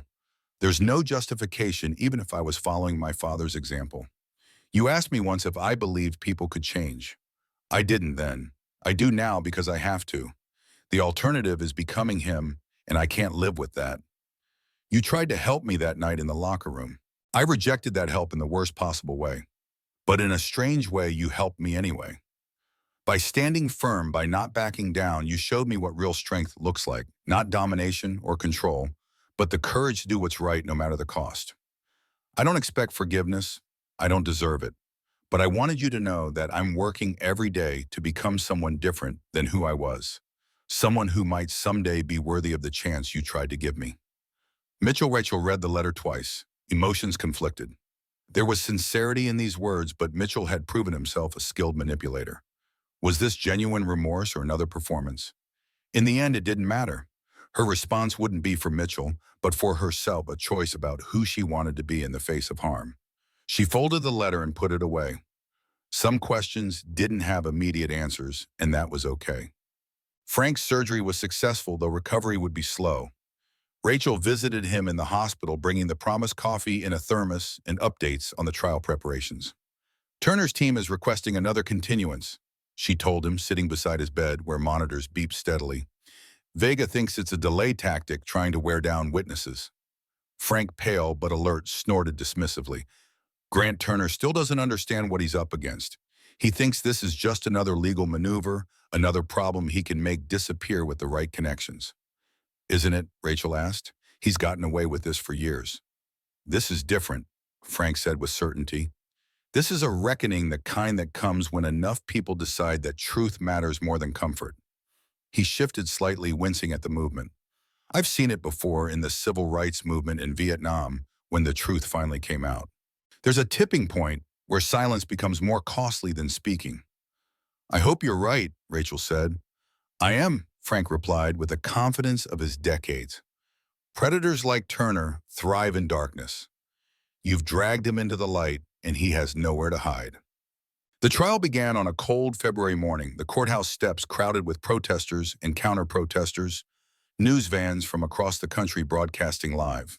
The case had become a national flashpoint in ongoing conversations about power privilege and accountability. Rachel arrived early, escorted through a side entrance by federal marshals assigned to protect key witnesses. The threats against her had intensified as the trial approached. Her car vandalized phone calls in the night, promising retribution. She wore a simple navy suit, her hair pulled back in a neat bun. The only adornment a small pin on her lapel, her combat medic badge, a reminder of all she had endured and overcome. The courtroom was modern but retained the gravitas of justice-polished wood, the state seal, the judge's bench elevated above the proceedings. Rachel took her seat in the witness waiting area, separated from the main courtroom until called to testify. Through the small window in the door, she caught glimpses of the scene unfolding, jurors being seated, attorneys arranging materials, spectators filling the gallery. And there at the defense table, Grant Turner, in an impeccable suit, his expression composed and confident. The arrogance of that confidence sent a chill through Rachel. Even now, facing multiple federal charges with substantial evidence against him, Turner believed in his ability to manipulate the system because he always had before. Mariana Vega appeared at the waiting room door. Opening statements are about to begin. You'll likely be called tomorrow morning. Get some rest tonight. Rachel nodded, though she doubted rest would come easily. He looks nervous, Vega added with the ghost of a smile. For all his outward composure, Turner keeps glancing at the prosecution table at the evidence boxes. He knows what we have. It was small comfort against the weight of what was to come. But Rachel held on to it as she left the courthouse, running the gauntlet of cameras and shouted questions to the secure car waiting to take her home. That night, she received an unexpected visitor. Walter Montgomery stood at her door, his weathered face grave. Thought you should know, he said without preamble when she let him in. There's been chatter, threats, more organized than the usual cranks. Rachel had noticed the unmarked police car that had been parked across the street for the past week. I'm being watched by both sides, Walter confirmed. I've got friends still in federal service. They're taking the threats as seriously. He placed a small device on her kitchen counter, Panic button. Direct line to the Marshal Service. Keep it with you. Rachel picked it up, the weight of it oddly reassuring. Thank you. Walter nodded, then hesitated before speaking again. I was in Saigon when it fell. Saw what happens when systems collapse. When people who thought they were untouchable suddenly aren't. His faded blue eyes held hers. Be careful. The most dangerous predator is the one who knows he's cornered. After he left, Rachel checked her doors and windows, a ritual that had become automatic in recent weeks. The panic button went on her bedside table within easy reach. Sleep, when it finally came, was thin and restless, haunted by dreams of distant firefights, merging with courtroom battles, of Mitchell Turner's face morphing into his father's, of cameras watching from every shadow. The next morning, Rachel took her place on the witness stand, right hand raised as she swore to tell the truth. The courtroom was packed, every seat filled in the gallery, a sea of faces, some supportive, others hostile, all intent on her testimony. Grant Turner sat at the defense table, his attorney Charles Denham beside him. Turner's expression was carefully neutral, but his eyes followed Rachel with calculated intensity. Mariana Vega approached the witness stand, her manner professional but warm. Ms. Morgan, please tell the court about your educational and professional background. Rachel did so, outlining her military service, her transition to teaching, her position at Liberty Falls High. Factual, straightforward, as they had practiced. And how long had you been teaching at Liberty Falls when the events in question began? Just over a month, Rachel replied. I started in August of that year. Vega led her chronologically through the discovery of the cameras, the confrontation with Mitchell, the escalating harassment, and finally the parking lot incident. Rachel recounted each event with precision, emotion contained, but not absent from her voice. When she described finding Mitchell installing the camera in the girls' locker room, a murmur ran through the courtroom. Several jurors glanced at Grant Turner, whose expression remained impassive. After you discovered the camera, why didn't you immediately report it to school authorities? Vega asked, addressing the question they knew the defense would exploit. I made a judgment call, Rachel answered honestly. I believed Mitchell was a troubled teenager who could be rehabilitated with the right intervention. I thought reporting him would simply push the problem elsewhere without addressing the underlying issues. She paused. It was a mistake. I should have reported it immediately. What changed your mind? When did you decide to come forward? When I realized Mitchell wasn't acting alone, Rachel said. When the harassment began, when I saw how coordinated it was, I understood this was part of a larger pattern involving adults who should have known better. Vega took her through the evidence systematically, the texts, the recordings, the confrontation in the parking lot. Rachel maintained her composure throughout, even when describing the moment Mitchell had pulled a knife on her. No further questions at this time, Vega finally said, returning to her seat. Charles Denham approached, his manner deliberately casual, a stark contrast to Vega's precision. Mrs. Morgan, you have given us quite a story, he began, his tone just short of condescending. A hidden camera conspiracy, a violent confrontation, a supposed cover-up reaching the highest levels of our community. It's almost like something from a movie, isn't it? Objection, Vega called, argumentative. Sustained alarm, Judge Watkins ruled. Mr. Denham, please ask specific questions. Denham smiled apologetically. Ms. Morgan, you testified that you decided not to report Mitchell Turner when you first discovered him with a camera. Instead, you took it upon yourself to handle the situation privately. Isn't that a violation of mandatory reporting requirements for teachers? Yes, Rachel acknowledged. As I said, it was a mistake. A mistake, or perhaps a calculated decision to build leverage over a vulnerable student. Objection. Withdrawn, Denham said smoothly. Ms. Morgan, you have a history of violent confrontations, do you not? Including an incident in Afghanistan that resulted in a superior officer being hospitalized. Rachel felt a cold flush of anger, but kept her voice steady.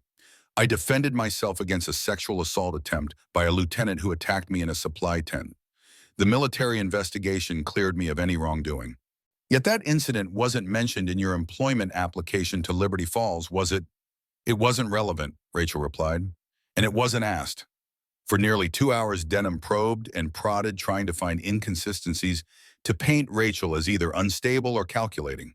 She held firm, neither rising to his provocations nor retreating from difficult questions.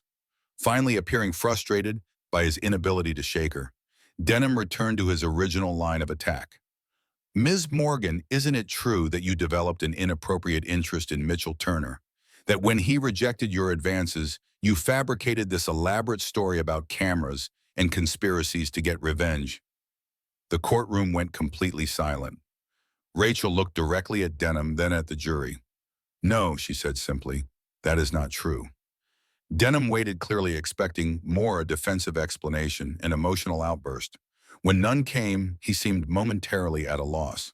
No further questions, he finally said, returning to the defense table where Grant Turner was writing furiously on a legal pad. The trial stretched over 4 grueling weeks. More than 40 witnesses testified, victims, school officials, technical experts who had analyzed the cameras and videos, FBI agents who had tracked financial transactions between Turner Hoffman and others in their network. Sarah Turner's testimony was particularly devastating. She recounted finding videos on Grant's computer years earlier, confronting him and being gaslighted into believing she was overreacting. She described his rage when she threatened to leave his promises to destroy her if she tried to take Mitchell. He told me no one would believe me over him. She testified, her voice steady despite the pain evident in her face. And for a long time, I believed that was true. As the case neared its conclusion, an unexpected development shifted the momentum decisively. Brian Hoffman, facing his own trial and multiple life sentences, agreed to testify against Grant Turner in exchange for consolidating his charges. The former coach was brought to court in shackles, his once imposing physique diminished by months in detention, but his testimony was clear and damning. It was Judge Turner's idea from the beginning, Hoffman stated flatly. He approached me after a football banquet 9 years ago, said he had special interests and resources to pursue them if I was discreet. He described how Turner had provided the high-end equipment, the technical expertise, the protection when questions arose. What about Mitchell Turner's involvement? Vega asked.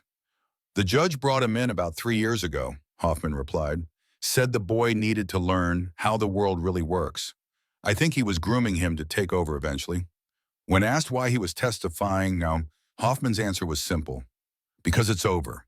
The judge always said no one would believe kids over adults, women over men, nobodies over somebodies. He was wrong. Ms. Morgan proved that, or Huda. The jury deliberated for just 6 hours before returning their verdict guilty on all counts. As the foreman read the verdicts, Rachel watched Grant Turner's face. The shock that registered there wasn't from the outcome, he had clearly seen it coming, but from the fundamental realization that his power had limits, that his actions had consequences, that the system he had manipulated for so long had finally turned against him. When court adjourned, reporters clamored for statements. Mariana Vega addressed the practical matters, sentencing expectations, ongoing investigations into others implicated in the network. Sarah Turner spoke briefly about her relief and her hope for Mitchell's rehabilitation. Rachel declined to speak, slipping away from the courthouse through a side exit where Walter Montgomery waited with a car. It's over, he said as they drove away from the media frenzy. This part is, Rachel agreed, but there's still work to do. Spring came to Liberty Falls in a riot of wildflowers, the landscape transformed by winter rains. At Liberty Falls High, other transformations were underway. The Students Against Sexual Violence Club had hosted their conference, drawing participants from schools across the state. New protocols for reporting concerns had been implemented district-wide. A task force of students, parents, and educators was developing a comprehensive curriculum on consent and healthy relationships. Rachel stood at the podium in the school auditorium, looking out at the sea of faces gathered for the end-of-year assembly. Principal Reynolds had asked her to give the closing address to help the community mark the end of a difficult year and look toward the future. When I came to Liberty Falls last August, she began. I was looking for peace after years in combat zones. Instead, I found another kind of battle, one fought not with weapons, but with courage and truth against systems designed to protect the powerful at the expense of the vulnerable. She spoke about resilience, about the strength she had witnessed in students who had faced their worst fears and emerged determined to create change. She acknowledged the damage done, the trust broken, the healing still needed. But I've also seen something remarkable happen here, she continued. I've watched a community refuse to be defined by its worst moment. I've seen students transform pain into purpose, fear into determination. I've seen adults admit failures and commit to doing better. Why in the audience, she could see familiar faces. Frank Donovan still recovering, but stubbornly present. Walter Montgomery standing at the back with his eternal vigilance. Sophia Martinez and her fellow student activists. Even Sarah Turner, who had moved back to Liberty Falls to rebuild her relationship with Mitchell as he served his sentence. The hardest lesson I learned in combat wasn't about fighting, Rachel said. It was about what happens after, about rebuilding what's been destroyed, healing what's been wounded, finding meaning in suffering. She paused, looking out at the gathered community. That's the work we've begun here, and it's work worth doing. As applause filled the auditorium, Rachel felt the weight she had carried for so long shift again, not disappearing but transforming into something she could carry forward. Not just a burden, but a purpose. Here I am. 5 years later, Rachel Morgan stood in the same auditorium watching as Sophia Martinez returned to Liberty Falls as its new school counselor. The nervous freshman Rachel had once known had become a poised young woman with a master's degree in counseling psychology and a determination to continue the work they had started together. Much had changed in those 5 years. Grant Turner was serving a 30-year federal sentence. Brian Hoffman and the others in their network had received similar punishments. The case had sparked investigations in school districts across the country, revealing similar networks and leading to reforms in reporting requirements and accountability structures. Rachel had become the district's director of student safety, developing programs that were now being implemented nationwide. She still taught one history class, unwilling to completely leave the classroom that had become a sanctuary of sorts. After the ceremony welcoming Sophia to the staff, they walked together across the campus that held so many difficult memories for them both. I saw Mitchell last week, Sophia said. He's working with a prevention program for at-risk boys. Seems to be doing well. Rachel nodded. Mitchell had written to her occasionally during his 2 years in juvenile detention and subsequent rehabilitation. She had eventually answered cautiously at first then, with growing belief in his commitment to change. They weren't friends, couldn't be given their history, but they had reached a kind of peace. And his father, Sophia asked. Still fighting appeals, Rachel replied. Still claiming he was framed. Some patterns are harder to break than others. They reached the memorial garden the school had created, not a monument to the scandal, but a peaceful space dedicated to resilience and renewal. A simple plaque read, "Silence is what they count on. Breaking that silence is how we win." Do you ever regret it? Sophia asked suddenly. Standing up, fighting back. It cost you so much. Rachel considered the question seriously. The death threats had continued for years. She still checked under her car each morning, still kept the shades drawn at night. The nightmares had returned, combat memories intertwined with courtroom battles. But she thought too of the students who had found their voices, of the reforms that had spread across the country, of the predatory networks dismantled, because one discovery had pulled on a thread that unraveled an entire system. No, she said finally, I don't regret it. Some fights choose you. The only choice is whether you stand or walk away. Sophia nodded understanding. I tell my counseling students that healing isn't about erasing what happened. It's about integrating it into who you're becoming. Wise words. Rachel smiled. You're going to be amazing here. As they parted, Rachel walked toward her classroom where next year's lessons waited to be planned. The late afternoon sun cast long shadows across the campus. But unlike 5 years ago, these shadows held no hidden threats, no secrets too dangerous to uncover. Some battles left scars that never fully faded. Some wars continued in different forms.